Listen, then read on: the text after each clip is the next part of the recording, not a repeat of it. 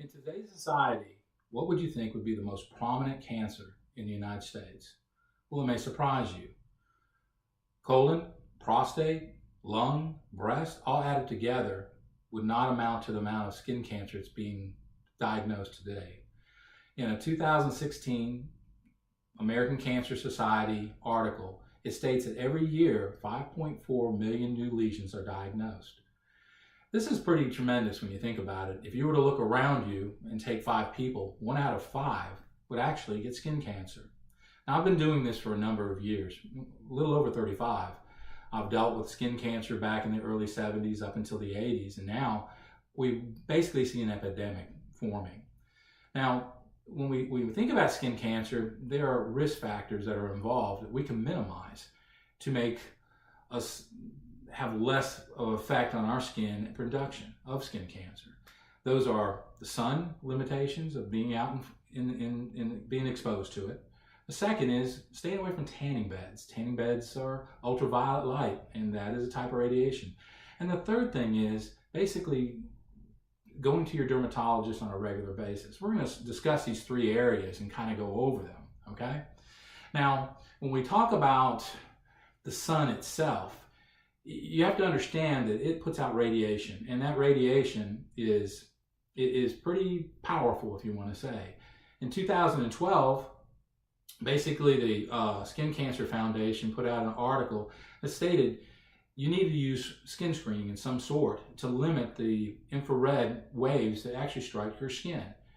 This would limit the production of your skin cancers altogether. Now, that being said, you know, there are things we can do to minimize that. Certain clothing can be worn, like your hat, like sunglasses, like long sleeves. And this can minimize the effect of the sun on your body itself. Now, from here, let's talk about man-made devices. We're going to talk about the fact of tanning booths. And tanning booths, though they give off a certain light, but that light is still considered radiation. And the Institute for Cancer Research in 2009 put out an article that basically said that those kind of rays were carcinogen to our skin, which means they multiply by almost 75% our chances of getting skin cancer. So how do you minimize that? Don't go to the tanning bed. That would be the number one thing. And basically minimize your time of thinking about getting a suntan.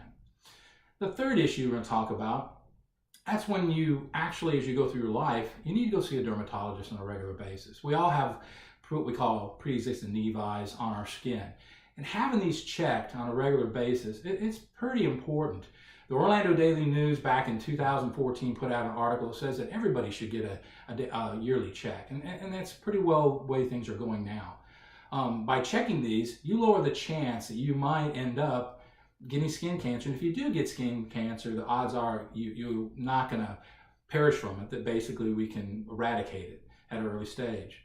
So let's kind of step back and review what we've gone over.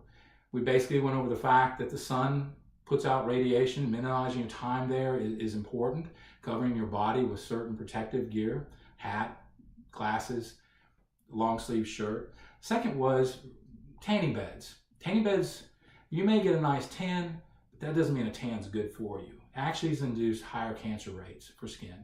The third is you need to go see your dermatologist and have checkups. This is very important to understand and to, you know, as you go through life, you know, your body gets more and more exposed, and you're going to have higher chances of the risk of getting skin cancer. Now, this article that these things I just went over, you can go through and find on the internet, and there's a lot of information now. Thank you very much.